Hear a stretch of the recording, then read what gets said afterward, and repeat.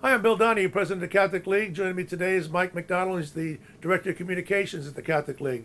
I want to talk today about a new report coming out, the Health and Human Services, about gender-affirming care, as they like to talk about it.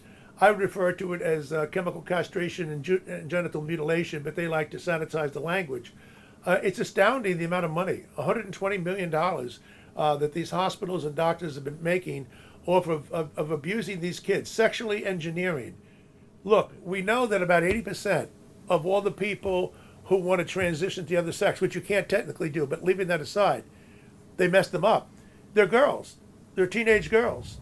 They're going through a rough patch. And instead of helping these kids through the health patch, there are people out there, not all doctors, that's for certain. Most of them are good, but there are too many of them out there in hospitals, big name hospitals like the Boston Children's Hospital, one of the worst in the country. They're out there trying to exploit these kids. It's amazing. And the financial aspect of it, they're putting different codes down to make sure that they get that. Now, I don't know about you, Mike, but I've been to doctors before, and maybe our insurance doesn't cover something that perhaps it really should. All right, he'll just put out a different code so that the insurance company will pay for it as opposed to coming out of my pocket. This happens all across the country. You understand that? It's done for benign purposes, not to plunder the patient. Here, we're talking about something altogether different. We're talking about doctors who know exactly what they're doing, exploiting these kids, and then trying to get money out of it. It's rather amazing. Yes, no, and absolutely, as you were mentioning, this whole gender transitioning craziness really hit a fever pitch in the previous administration. The ideological component of this is huge as well, which doubles with what you're saying with the financial component, that yes, people can profit from it financially, but then you add on the ideological, the activists that are That's a tough pushing, thing. Yeah. and right, this creates this double thing. Fortunately, now it seems like some people in the medical community are getting a little bit more freedom. I don't think necessarily everyone was cowardly about it. There was a lot of pushback. You'd lose your license in some states. A lot of bad stuff going on if you tried to oppose this. So it's good now that people are finally getting some air cover. And it's great that the Catholic League has been involved in this fight from the jump. I think your first article about this was 2011. Well, I tell you, we were one of the first in the country to label this what it is. Other people were afraid to do it at first. This is child abuse, all right?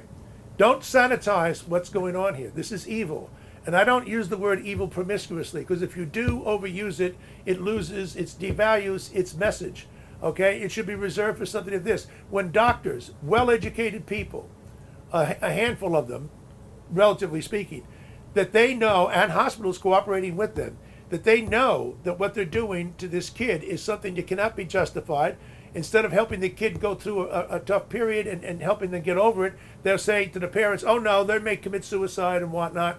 And by the way, where are these doctors when these kids, who are a lot more ethical than the doctors who treated them, some kind of treatment, where are they when the kid says, I want to detransition?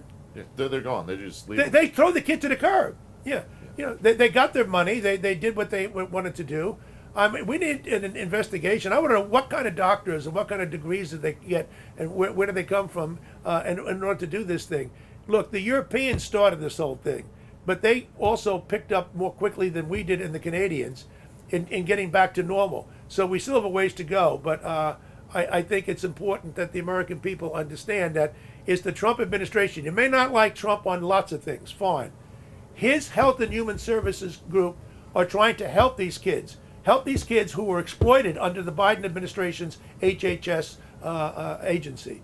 So there's some good news that's coming our way.